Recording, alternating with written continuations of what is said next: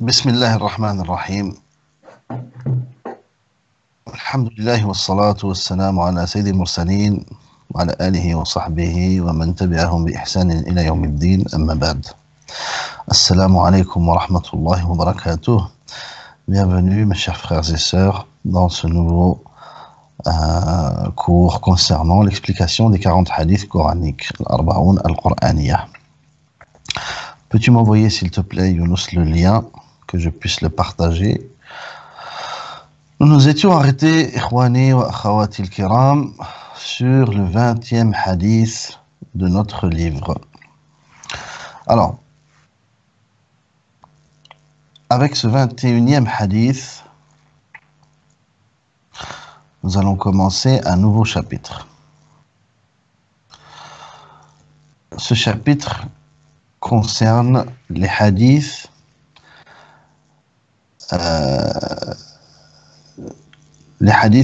qui vantent les mérites de la mémorisation du Coran et la récompense de celui qui l'a mémorisé. الحديث الحادي والعشرون أن من تعلم القرآن وعلمه من خير هذه الأمة وأفضلها. عن أبي عبد الرحمن السلمي عن عثمان بن عفان رضي الله عنهما عن النبي صلى الله عليه وسلم قال: خيركم من تعلم القرآن وعلمه. خيركم من تعلم القرآن وعلمه. رواه البخاري. وفي رواية عند البخاري والترمذي عن عثمان بن عفان رضي الله عنه قال: قال النبي صلى الله عليه وسلم: إن أفضلكم من تعلم القرآن وعلمه. قال أبو عبد الرحمن السلمي: ذلك أقعدني مقعدي هذا، وكان رحمه الله يعلم الناس 40 سنة في مسجد الكوفة. معنى هذا الكلام: Abu Abdurrahman al-Sulami rapporte de Uthman ibn Affan radiyallahu anhu que le prophète alayhi salatu wassalam a dit: le meilleur d'entre vous est celui qui apprend le Coran et qui l'enseigne par la suite. Le hadith est rapporté par Al-Bukhari. Ensuite, dans une autre version, chez le Bukhari aussi, d'après Uthman ibn Affan, le prophète alayhi salatu wassalam dit: et le meilleur d'entre vous est celui qui apprend le Coran et qui l'enseigne par la suite. C'est à peu près le même terme utilisé par le prophète sallallahu alayhi wa sallam. On va partager le lien pour que d'autres personnes puissent en profiter aussi, Inch'Allah. Voilà.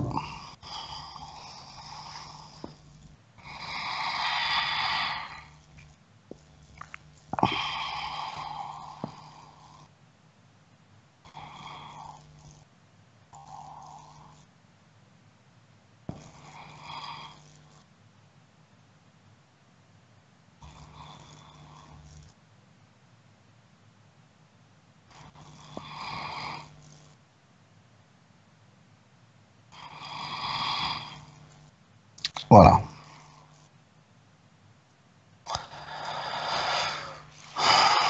Revenons à ce hadith. Alors tout d'abord, on va donner la biographie de Abu Abdurrahman al-Sulami. Qui est ce tabi'i, Abu Abdurrahman al-Sulami? Alors, tout le monde connaît la lecture de Hafs. Hafs, qui est une des lectures parmi les lectures héritées du prophète alayhi salatu wassalam, qui lui-même a appris sa récitation de l'imam Asim. Et Asim a deux narrateurs, ou deux rapporteurs. Ce sont Hafs et Shu'ba. Ou pour être plus correct, Shu'ba et Hafs. Shu'ba étant le premier, et Hafs le second. Mais Asim, de qui a-t-il appris justement ce qu'il enseigne à ses élèves? Il l'a appris de Abu Abdurrahman al-Sulami et de Zir ibn Hubaysh. Alors, ce qu'il a appris de Zir ibn Hubaysh, il l'a enseigné à Shu'bah. Et ce qu'il a appris de Abu Abdurrahman al-Sulami, il l'a enseigné à Hafs. D'où la divergence entre Shu'bah et Hafs. Ensuite, Abu Abdurrahman al-Sulami a appris le Coran de Uthman ibn Affan, mais aussi de Ali ibn Abi Talib. Et de Zayd ibn Thabit, كذلك. Et enfin, ses compagnons l'ont appris du prophète alayhi salatu wassalam. Alors, pourquoi j'insiste sur la biographie de ces gens-là, ou de les situer dans une chaîne de transmission? Tout d'abord, pour établir que le Coran, il est transmissible de bouche à oreille, et ce depuis le début.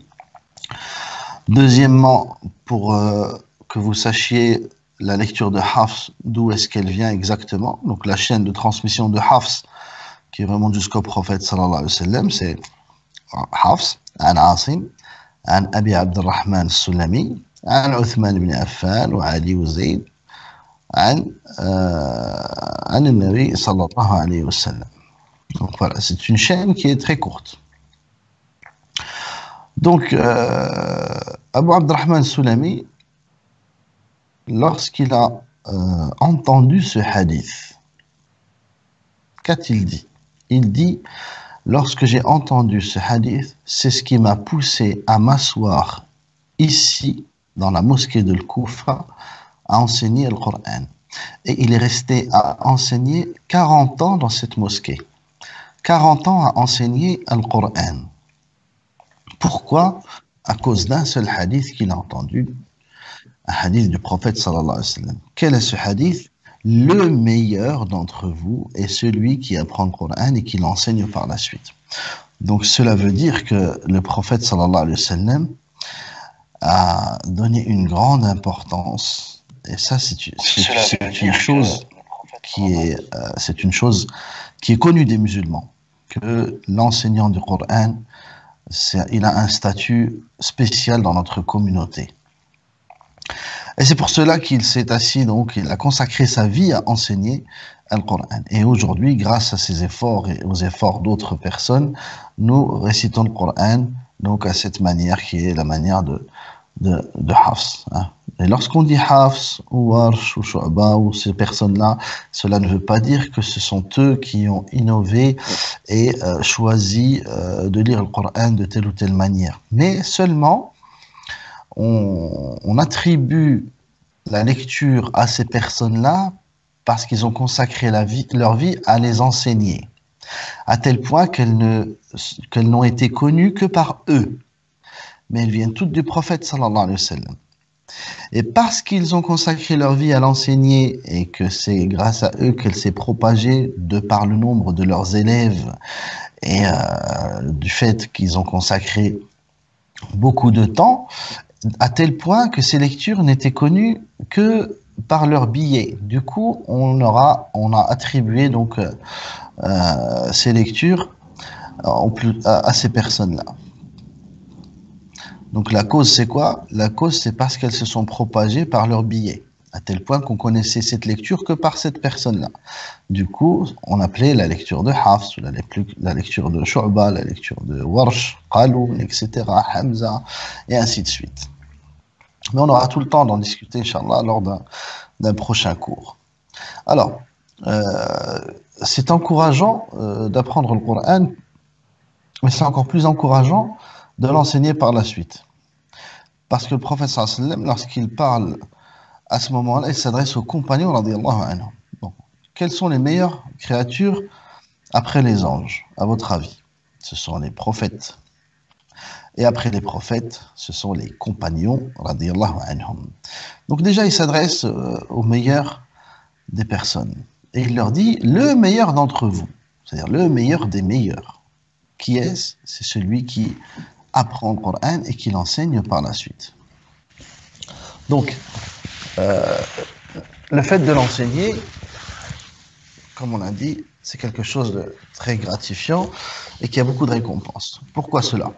Dans un autre hadith, le prophète sallallahu alayhi wa sallam, il dit « Ad-dalu ala al-khayri ka fa'ilih » الدال على الخير كفاعله. Celui qui montre un bien, c'est comme s'il l'avait fait lui-même. Donc si quelqu'un enseigne le Coran à quelqu'un, à chaque fois que cette personne-là va lire le Coran, l'enseignant va être récompensé sans que cela n'amoindrisse la récompense du lecteur ou du récitateur. Pourquoi? Parce que c'est lui qui a été la cause dans cette récitation, car il lui a enseigné justement la lecture du Coran. Et c'est pour cela qu'il est très important aux parents d'être la cause d'enseignement de leurs enfants. Si ce n'est par eux-mêmes, ce sera par le biais de cours promulgués par un professeur et payés par les parents. Pourquoi? Parce que justement, ils auront été la cause pour que leur fils apprenne une partie ou tout le Coran et la cause du fait qu'il récite le Coran. De même, les sourates les plus importantes, c'est-à-dire sourate al-Fatiha et les petites sourates que vont lire leurs enfants pendant la prière, il est très important que ce soit les parents qui leur enseignent. Pourquoi? Comme ça, à chaque fois qu'ils réciteront, à chaque prière, les parents aussi bénéficieront de 10 hasanat pour chaque lettre récitée par leurs enfants durant leur prière ou en dehors de leur prière. Ne laissez pas quelqu'un d'autre enseigner le Fatiha à votre enfant, mais soyez vous-même cet enseignant pour pouvoir bénéficier de cette récompense. Voilà. Donc, si le prophète sallallahu alayhi wa sallam, en s'adressant aux compagnons, il dit le meilleur d'entre vous, est-ce que ça veut dire que ça s'arrête là? Non. Le prophète alayhi wa sallam s'adresse à tous les musulmans. Donc, pour faire partie des meilleurs, il faut apprendre le Coran et l'enseigner par la suite.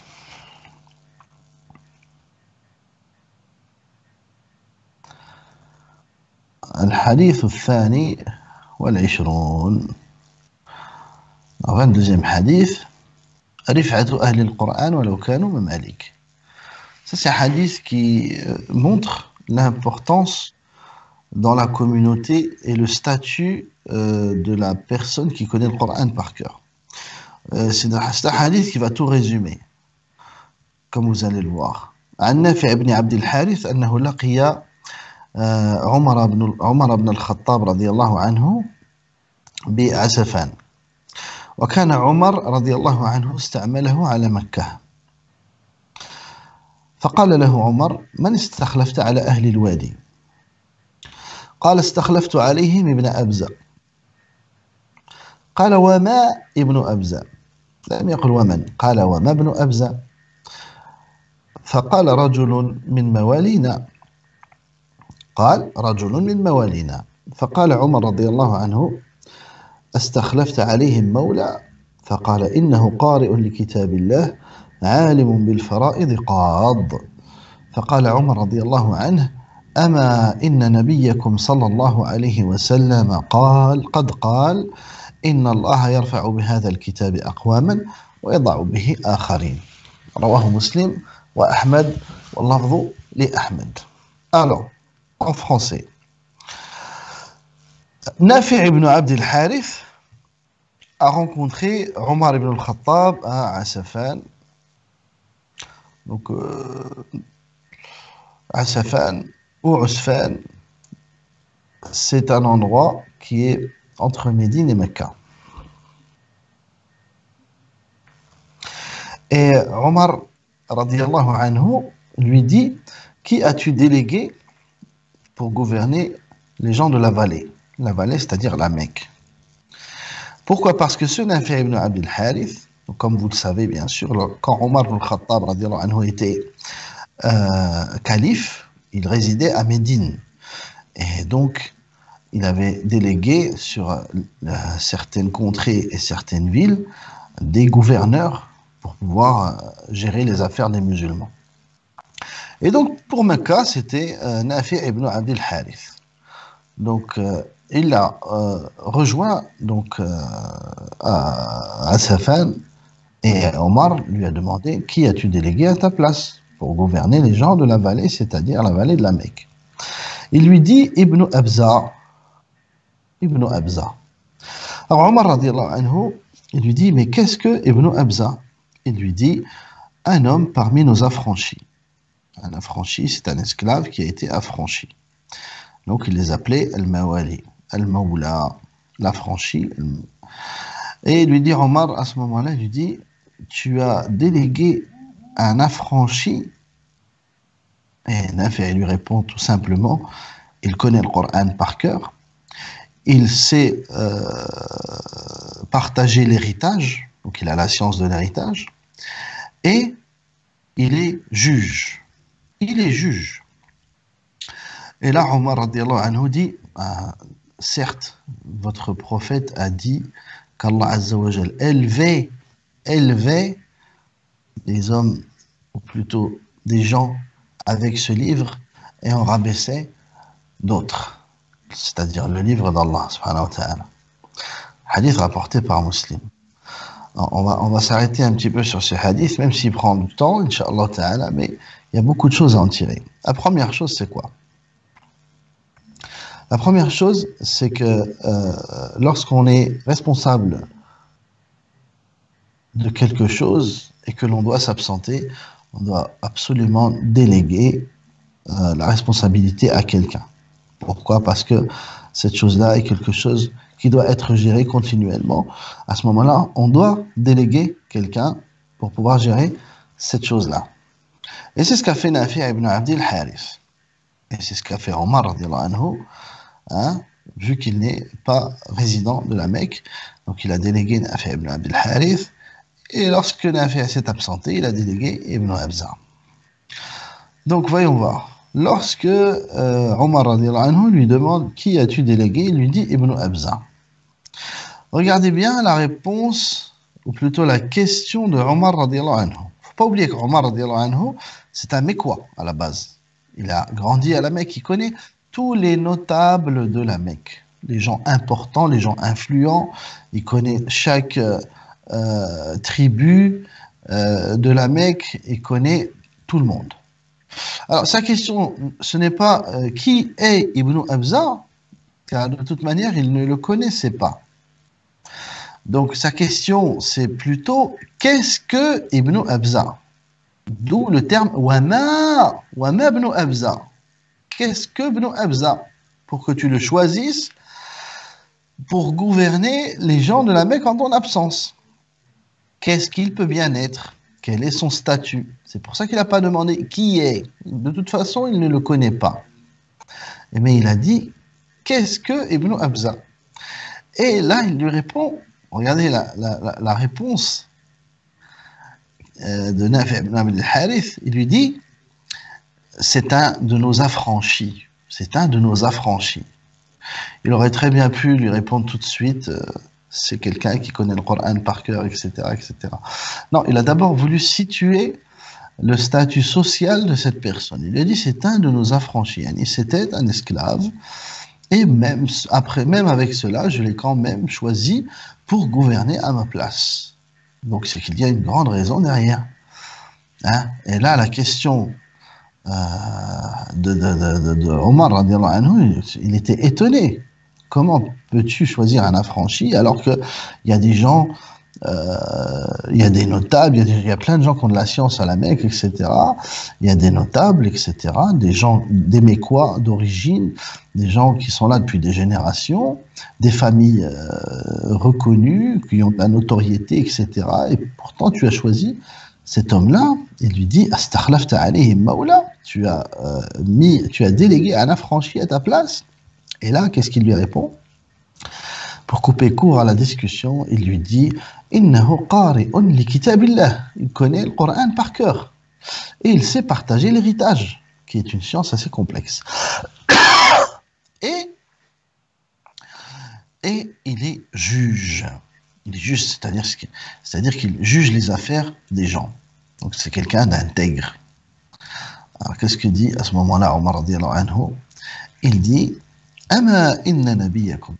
Certes, votre prophète a dit qu'Allah Azza wa Jal élève des gens avec ce livre et en rabaisse d'autres.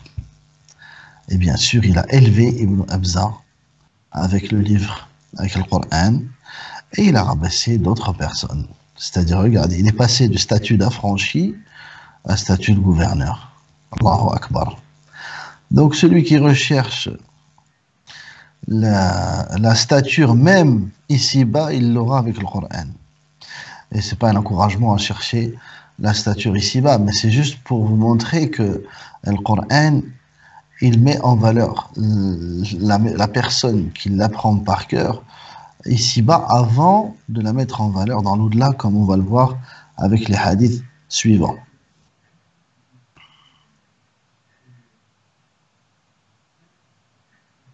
الحديث الثالث والعشرون أهل القرآن هم أهل الله وخاصته عن أنس رضي الله عنه أن رسول الله صلى الله عليه وسلم قال إن لله أهلين من الناس قيل من هم يا رسول الله قال أهل القرآن هم أهل الله وخاصته رواه النسائي وصححه الألباني.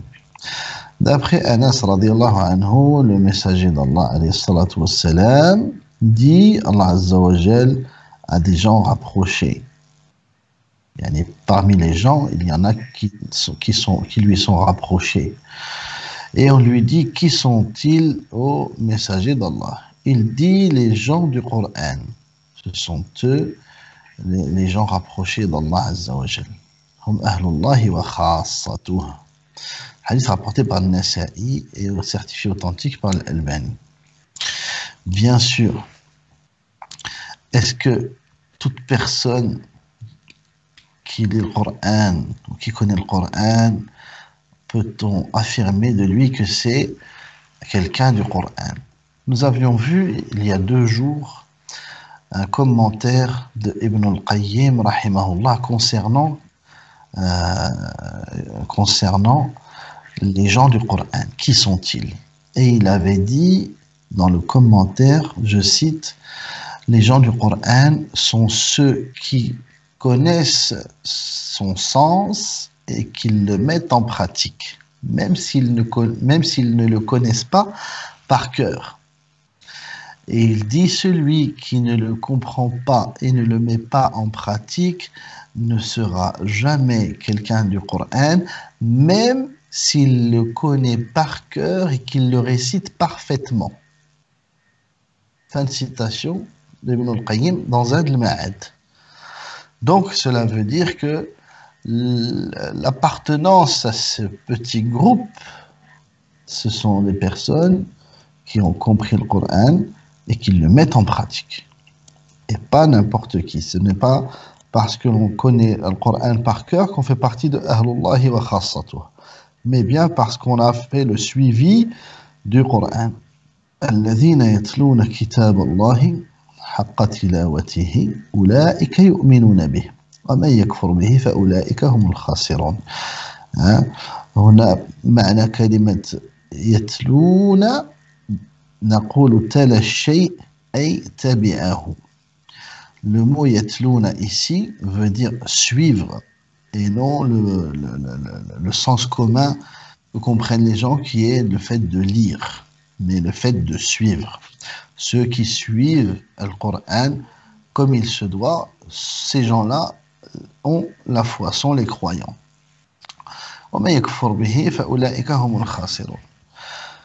Passons au hadith qui suit.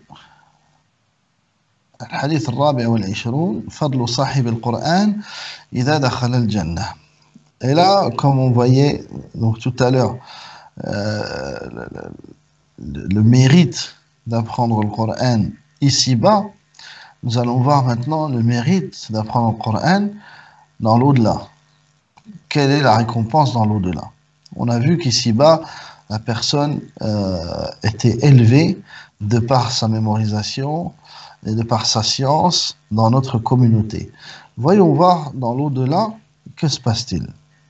عن عبد الله بن عمرو رضي الله عنه قال قال رسول الله صلى الله عليه وسلم يقال لصاحب القرآن، وهذا طبعا يوم القيامة، يقال لصاحب القرآن اقرأ وارتقي ورتل كما كنت ترتل في الدنيا فإن منزلك عند آخر آية تقرأها رواه أحمد وأبو داود والترمذي والنسائي، وقال الترمذي حديث حسن صحيح، وصححه الشيخ الألباني رحمه الله.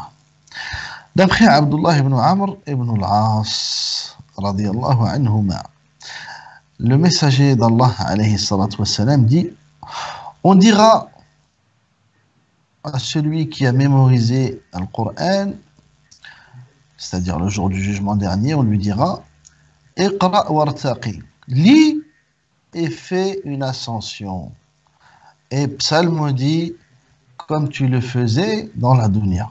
C'est-à-dire, lis-le avec mélodie, comme tu le faisais dans la dunya. Car ton ascension s'arrêtera au dernier verset que tu liras. Au dernier verset que tu liras. Et là, les savants, ils disent que le nombre de degrés au paradis est équivalent au nombre de versets dans le Coran. Le nombre de degrés au paradis est équivalent au nombre de versets dans le Coran. Donc, si la personne connaît, on va dire, une dizaine de versets, elle fera une ascension de 10 degrés. Si elle en connaît plus, elle en fera plus. Si elle connaît la moitié du Coran, elle fera une ascension d'à peu près 3100 degrés, et ainsi de suite. Si elle connaît tout le Coran, elle s'arrêtera au dernier degré du paradis, qui est Al-Firdaus Al-A'la. Et c'est l'endroit le plus, c'est le meilleur endroit au paradis. D'ailleurs, le prophète alayhi salatu wassalam nous a encouragé dans nos doigts à demander Al-Firdaus. Nous demandons à Allah Azza wa Jal de nous accorder Al-Firdaus Al-A'la.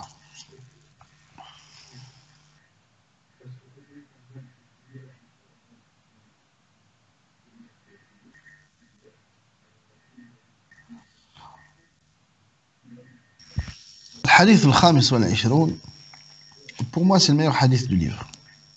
Si vous le méditez bien, vous allez avoir le même avis que moi, Inch'Allah Ta'ala.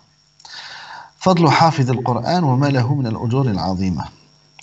Le mérite de la personne qui a appris le Coran et ce qu'il a comme récompense. عن بريدة رضي الله عنه قال: كنت جالسا عند النبي صلى الله عليه وسلم فسمعته يقول: وإن القرآن يأتي صاحبه يوم القيامة حين ينشق عنه قبره كالرجل الشاحب، فيقول له: هل تعرفني؟ فيقول: ما أعرفك.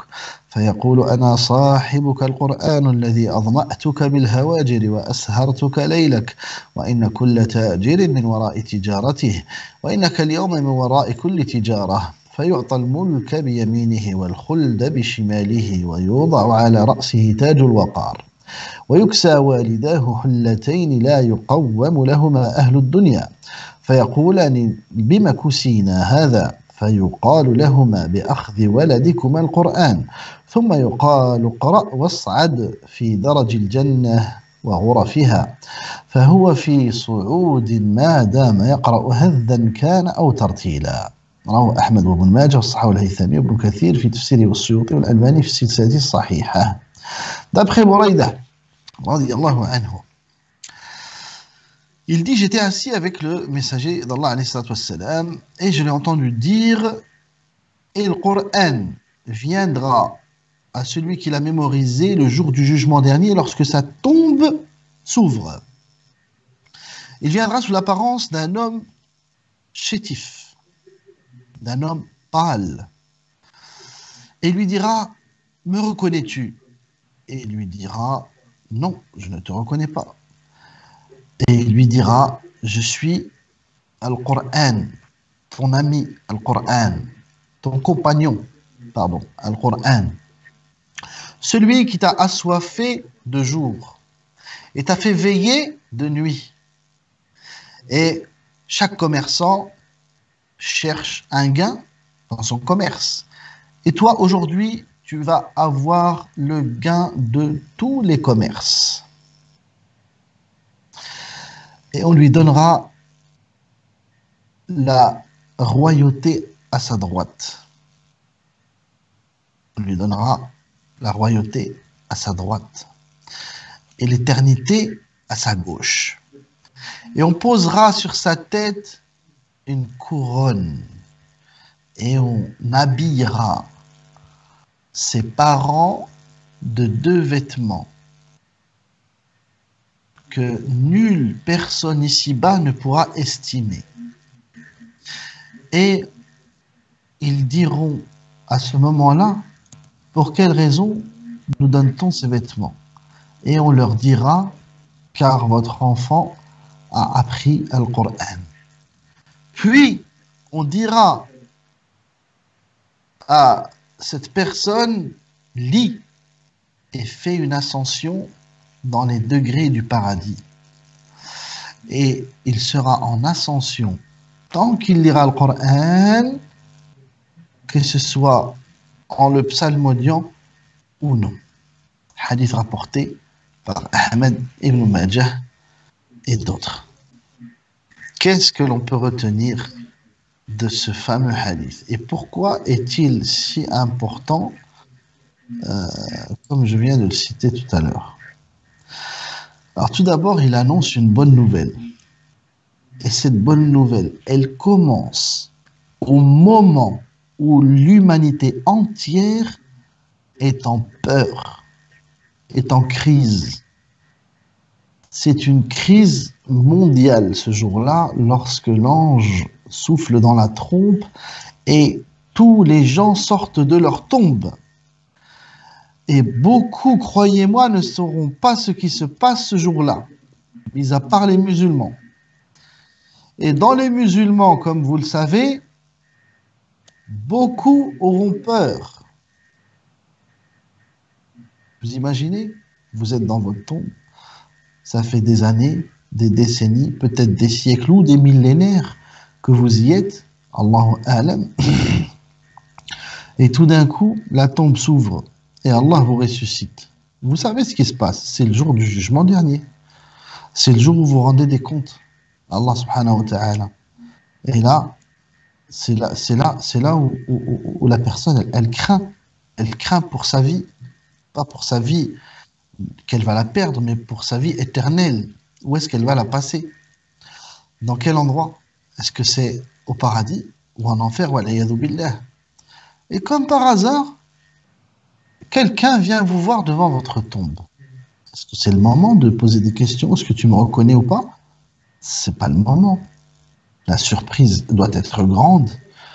Et là, cette personne-là, elle vous dit, je suis ton compagnon, le Coran. Allahu Akbar. Je suis ton compagnon, le Coran.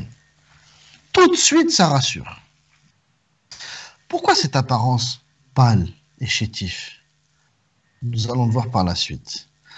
Déjà, la bonne nouvelle. Il lui dit, c'est moi qui t'ai assoiffé de jour. Et c'est moi qui t'ai fait veiller la nuit. Car pour apprendre le Coran, croyez-moi, il faut bûcher. Il faut bûcher. Et ce n'est pas quelque chose qui est acquis d'une facilité extrême. Il faut faire l'effort. C'est quelque chose que l'on obtient avec beaucoup d'efforts. Il est facile à apprendre, certes, mais il faut faire beaucoup d'efforts pour l'apprendre.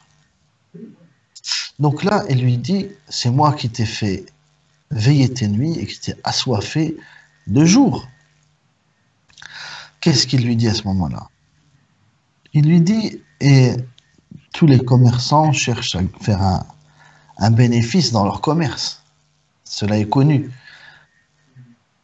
Et toi, tu vas avoir le plus grand des bénéfices. Le plus grand des bénéfices. Car justement, vous savez, les journées qu'il a passées à réciter, à réviser, à mémoriser, puis par la suite à lire, tout simplement, tout cela, c'est un commerce qu'il a fait avec Allah subhanahu wa ta'ala. Car son temps, il l'a donné à Allah subhanahu wa ta'ala. Et aujourd'hui, il va avoir le gain, le bénéfice de son commerce. Il dit, aujourd'hui, tu vas avoir le bénéfice, le plus grand des bénéfices. Et qu'est-ce qu'il a? On lui donne la royauté, c'est-à-dire un royaume à sa droite. Et l'éternité à sa gauche. C'est pas quelque chose de temporaire, c'est quelque chose dont il va profiter pendant l'éternité, sans fin. Quelque chose sans fin. Et rappelez-vous, cette personne-là, à ce moment-là, elle n'est pas seule à sortir de sa tombe. Il y a d'autres personnes qui sortent de leur tombe. Et il n'y a qu'à lui, pour l'instant, qu'on annonce la bonne nouvelle. Tout le monde est dans un état de choc. وَتَرَاهُمْ سُكَارَى وَمَا هُمْ بِسُكَارَى. Hein? Tu les vois ivres, mais ils ne sont pas ivres. Mais le châtiment d'Allah est grand ce jour-là.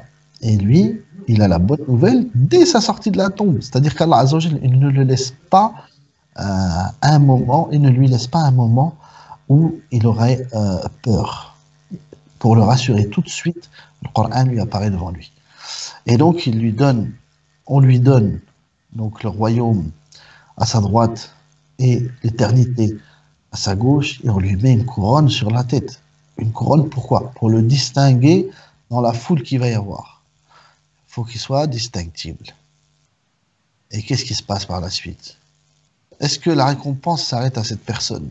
Allah Azza wa Jal est beaucoup trop généreux pour que la récompense s'arrête à cette personne. La récompense va au-delà de cette personne, et même ses parents sont récompensés. Même ses parents sont récompensés. Qu'est-ce qu'on donne à ses parents? On leur donne deux habits qui sont inestimables par les gens de la dunya, car ils n'ont jamais vu de vêtements pareils. Alors, il faut savoir que normalement, le jour du jugement dernier, les gens ils sont nus. Mais ces gens-là seront habillés. Ils seront habillés, ces gens-là. Le fils comme les parents. Ils seront habillés. Et qu'est-ce qui se passe?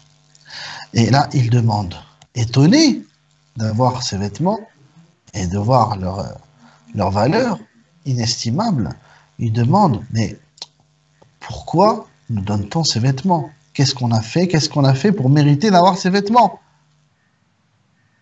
Et là, on leur dit, c'est parce que votre enfant, il a appris le Coran.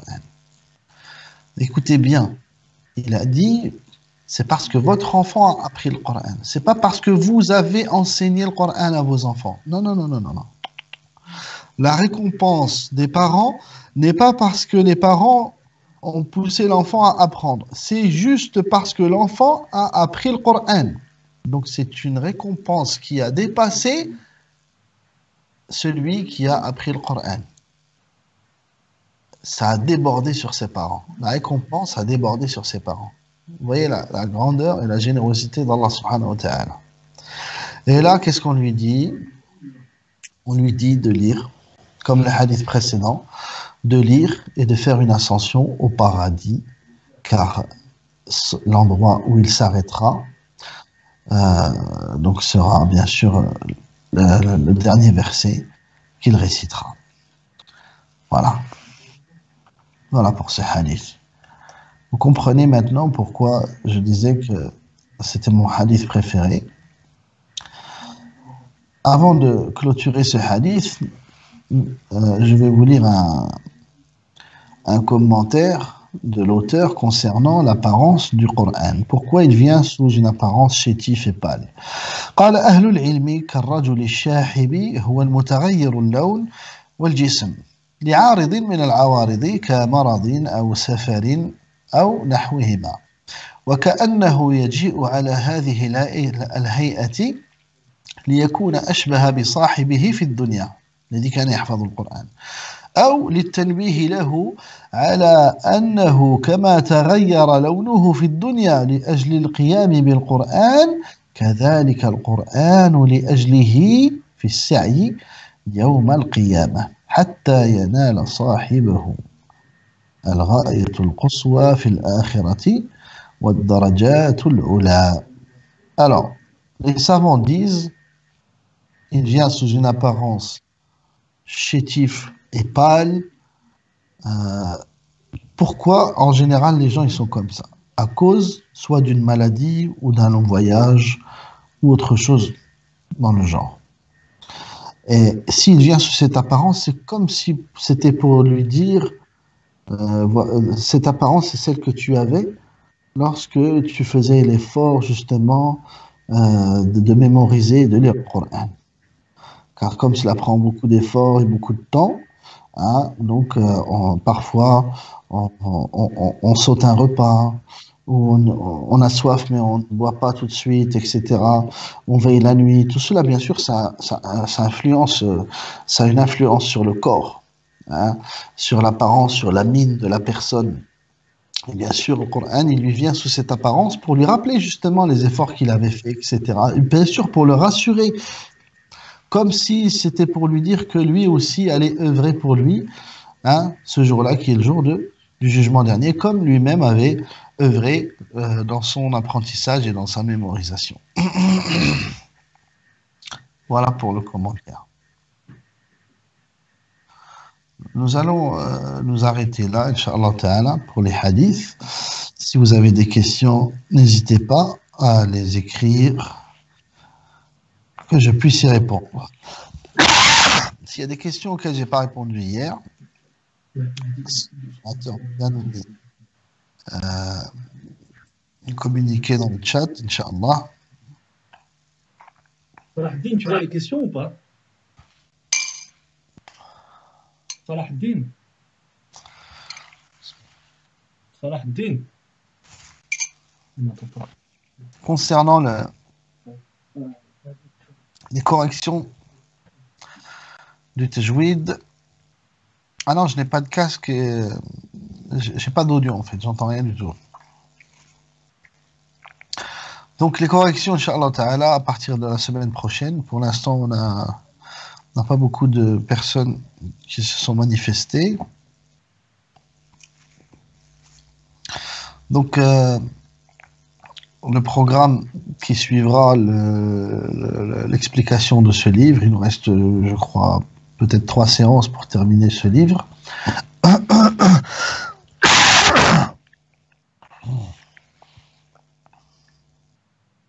Nous passerons à un autre livre qui concerne le comportement de l'apprenti et du professeur. C'est un livre écrit par l'imam Nawawi rahimahullah qui s'appelle At-Tibyan fi adab hamalat al-Qur'an. Nous essaierons de l'expliquer après ce livre-là, Inch'Allah Ta'ala. Tout cela pour que vous puissiez acquérir tout d'abord l'envie d'apprendre ou de lire par le biais de ce recueil de 40 hadiths, par la suite d'acquérir un certain comportement vis-à-vis du Coran, vis-à-vis des assises de sciences, etc. Et dans le livre, il y aura beaucoup de athar, c'est-à-dire de récits de nos pieux prédécesseurs, des compagnons radiallahu anhum. Il y aura des hadiths aussi que l'on retrouvera, qui ont été cités ici. Et c'est très bénéfique de voir comment faisaient les compagnons, tabi'in, nos pieux prédécesseurs, comment ils se comportaient avec le Coran et avec les assises des savants, etc. Donc, il y aura aussi un chapitre consacré à la jurisprudence concernant le Mus'haf, et la lecture du Coran, et d'autres questions de jurisprudence, donc toujours autour du Coran. Et après l'explication de ce livre, Inch'Allah Ta'ala, nous passerons au tajwid proprement dit. Au tajwid proprement dit. C'est-à-dire qu'on commencera par un petit ouvrage qui s'appelle Nuzhatul Mushtaghilin bi Ahkam an-Nun as-Sakinati wa at-Tanwin de Ibn al-Qasih, rahimahullah, Ibn al-Qasih al-Iraqi. Donc, comme le dit le titre, cela concerne juste les règles de Nun Sakina et Tanwin, rien d'autre. Donc, une fois qu'on aura attaqué ce livre-là, Inch'Allah Ta'ala, on passera peut-être à un livre qui est beaucoup plus structuré et académique, qui s'appelle Durusun fi Tartil al-Qur'an al-Karim de Cheikh Abu Abd al-Qadir Faiz Cheikh al-Zawr, qui est un cheikh syrien. Et donc ce livre est très simple. Il a été fait d'une manière assez concise et j'aime bien donc l'expliquer pour les débutants. Vous voyez, c'est quelque chose de très facile. Donc qui rend le tajwid très accessible. Alors, je répète, Al-Qur'an, on ne peut appeler le Coran que lorsqu'il est en arabe. En français, ce n'est pas du Coran. Il faut bien le savoir, cela. faites l'effort d'apprendre l'arabe. Faites l'effort d'apprendre à lire en arabe. C'est très très très important. Ce que vous lisez en français, ce n'est pas du Coran, c'est la traduction du sens des versets du Coran. Attention, vous n'avez pas la même récompense que lorsque vous lisez le Coran en arabe. Vous avez la récompense d'une étude scientifique. Quand vous lisez des hadiths, vous lisez des cours, etc., sur la aqidah, c'est ça que vous avez. Vous lisez l'explication, la traduction du sens des versets. Mais lorsque vous lisez le mushaf en arabe, là, vous pouvez prétendre avoir pour chaque lettre une hasana et pour chaque hasana multiplié par 10. Il n'y a que en arabe que c'est valable.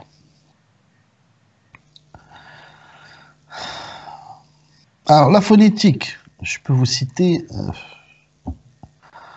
au moins une dizaine de savants de tête, et peut-être plus d'un millier ou peut-être 1 million, qui vous interdiront la phonétique, tout simplement. La phonétique est interdite. D'écrire le Coran en une autre langue qu'en langue arabe et d'une autre manière que la manière dont l'ont écrit les compagnons est interdite en islam.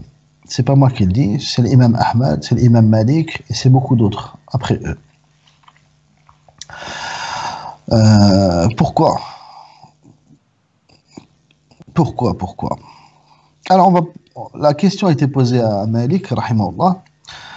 Est-ce que l'on peut écrire le Coran en arabe avec les lettres, ou plutôt avec la syntaxe qui est connue aujourd'hui, c'est-à-dire de son époque?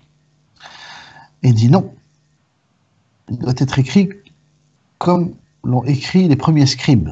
Les scribes, c'est les gens qui écrivaient pour le prophète sallallahu alayhi wa sallam. Alors, pourquoi cette question? Alors qu'à leur époque, ils écrivaient en arabe aussi, c'est de l'arabe. Pourquoi il dit non? Et pourquoi la question écrire comme écrivent les gens l'arabe aujourd'hui? C'est-à-dire qu'avant, ils écrivaient autrement. Non, c'est juste parce que le Coran, il a été écrit d'une certaine manière.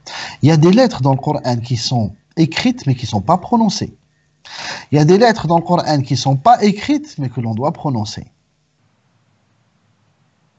Donc, l'écriture du Coran, parce qu'elle a été faite en présence du prophète, sallallahu alayhi wa sallam, et parce que parfois il corrigeait les scribes, c'est devenu quelque chose qui est arrêté que l'on ne peut pas changer. Hein? Arrêté, c'est-à-dire que tawqifiyya, kitabat al-mushaf tawqifiyya wa laysa tawfiqiyya. Donc c'est quelque chose qui est arrêté que l'on ne peut pas changer. Je vous explique par exemple. Là c'est la fatwa de Malik. On a posé la même question à Ahmed, il a dit la même chose. Il a dit, vous écrivez comme c'était écrit. Le mot as-salah, as-salah dans le mushaf, comment c'est écrit? C'est écrit avec un waw. Allez-y, première page sur al-Baqarah, vous allez voir. Il y a un waw après l'am. Est-ce qu'on prononce ce waw? Non, on ne le prononce pas. Pourtant, il est écrit. Donc c'est pour cela qu'il est obligatoire d'écrire le Coran comme il a été écrit par les compagnons. Maintenant, une preuve par A plus B, une preuve logique que la phonétique, c'est pas bon. Alors, la lettre Kha, plutôt le son Kha. Je vais vous demander dans le chat, chacun de m'écrire Kha en phonétique. Chacun comme il sent qu'il peut l'écrire en phonétique. Allez-y.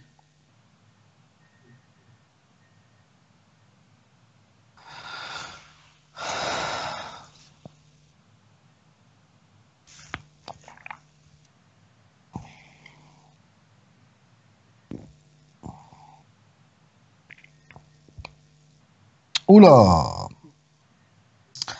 Alors, je vois KH, 2RA, KH, KHA, GHA, HA. Vous voyez, vous n'êtes même pas d'accord. Vous n'êtes même pas d'accord. Si vous n'êtes pas d'accord, comment vous pouvez savoir que telle syllabe écrite est équivalente à tel son prononcé? Vous ne pouvez pas le savoir. Donc la phonétique, c'est pas possible, tout simplement. Est-ce que c'est clair?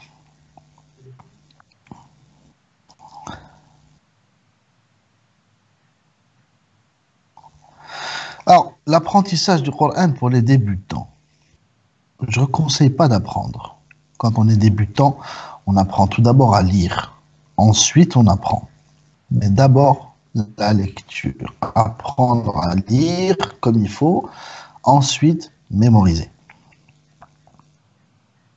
Pourquoi? Parce que si vous apprenez avec des erreurs, quand vous allez apprendre les règles du tajwid, vous allez être obligé de réapprendre, de remémoriser ce que vous avez appris par cœur une deuxième fois.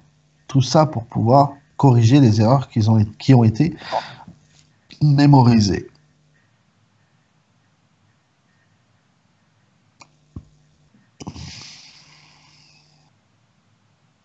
Et pour celui qui lit le Coran souvent, là je pense qu'on parlait de la récompense. La récompense, c'est la récompense de sa lecture. Est-ce qu'il aura le même statut que quelqu'un qui l'a mémorisé par cœur? Je ne pense pas. Wallahu a'lam.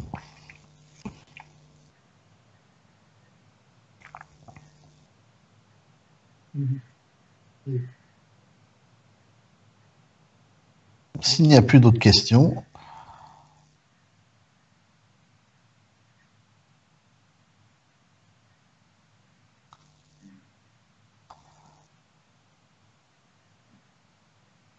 par la suite, Wassil Bougelmouna, est-ce que tu peux revenir sur ta question et reformule ta question?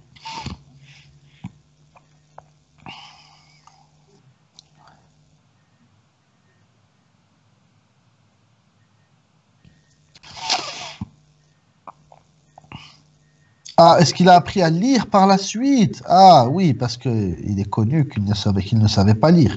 Et j'ai dit qu'il corrigeait les compagnons lors de leur écriture. Oui, mais il a toujours Jibril avec lui.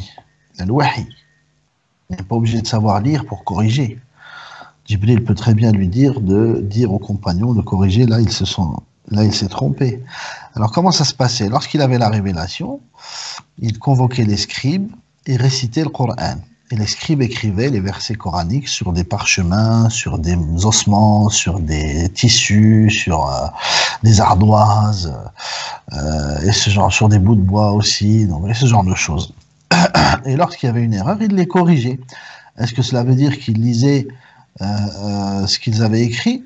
Non, mais ça veut dire qu'il a été prévenu qu'il y avait une erreur, donc par Jibril alayhi salam. Wallahu a'lam.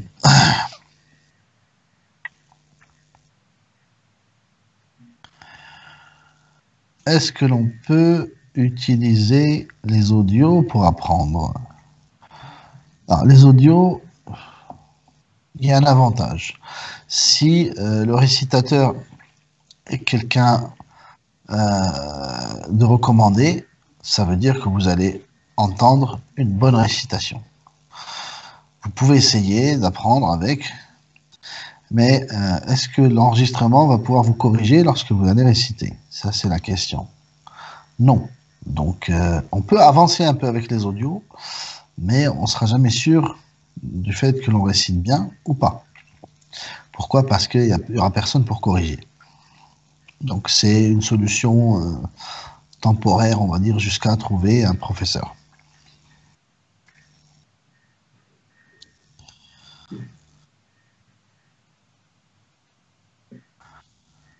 Alors, c'est dur de prononcer le R, le R. Souvent, avez-vous des conseils? C'est tout simplement parce que Rachid, il s'appelle pas Rachid, il s'appelle Rachid. Et parce qu'on vous a dit que Rachid, c'était avec un R, vous avez cru que le Ra, c'était un R. Mais le R, c'est un Raïn. Le R et le Raïn, ils ont le même point de sortie. Et ils sont très éloignés, les deux. Ça n'a rien à voir. Donc, oubliez le R. Le R, il n'a rien à voir avec le Ra. Il est très très loin du Ra. Donc quand vous pensez à Rachid, dites-vous qu'il ne s'appelle pas Rachid. Il s'appelle quelque chose avant le Hachid que je ne connais pas et qui n'a rien à voir avec le R. C'est quelque chose qu'il faut que j'apprenne. Où est-ce qu'il est dans ma bouche? Ça, c'est autre chose. Alors, les récitateurs, on en avait parlé hier, il y a Cheikh Al-Houssari, Al-Menshawi, Mahmoud Ali Al-Banna, Cheikh Ali Al-Hudayfi, et bien d'autres aujourd'hui, peut-être que je ne connais pas hein, parmi les contemporains, mais ça reste des valeurs sûres.